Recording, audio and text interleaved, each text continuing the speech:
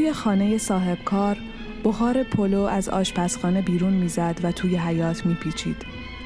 عطر خوب پلو راه میکشید و میآمد دوروبر حسن میگشت و پره های دماغش را قلقلک میداد. حسن نشسته بود و داشت خشت نیمه میکرد. بو میکشید. آب دهانش را که قورت میداد، زبان، لثه ها و گلویش میسوخت. تاولها هنوز نخوابیده بودند. بوی پلو دهانش را آب انداخته بود. بلند شد. چند تا نیمه برداشت تا نزدیک آشپزخانه رفت. صدای خنده استاد و کارگری که بغل دستش ایستاده بود آمد. حسن فهمید که به او میخندند. زن از پنجره آشپزخانه حیاط را نگاه کرد. حسن برگشت. نیمه ها را گذاشت جلوی استاد. آمد نشست. خشتی را برداشت و زد روی خشت عمودی. خشت نصف شد. آب دهانش را قورت داد. زبان و سقف دهان و گلویش سوخت. عطر پلو حیاط را برداشته بود. زن داشت پلو آبکش می‌کرد.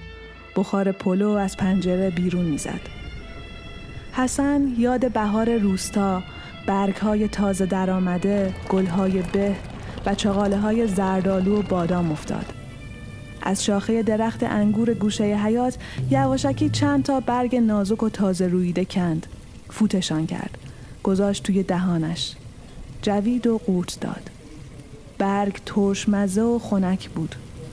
خمیره برگ تازه دهان، زبان، لثه ها و گلویش را خنک کرد. چند تا برگ خورد. آب دهانش وانشست. بوی دلمه آمد. مزه دلمه های مادرش آمد پای دندانهاش. برگ های ریز و نازک را کند و خورد. حالا عطر پلو او را جلوی آشپزخانه نمی کشاند. گرسنه نبود. شکمش قار و قور نمی کرد. لبخند زد. تند و تند خشت‌ها را نیمه می کرد و می برد پیش دست استاد. به در آشپزخانه هم نگاه نمی کرد.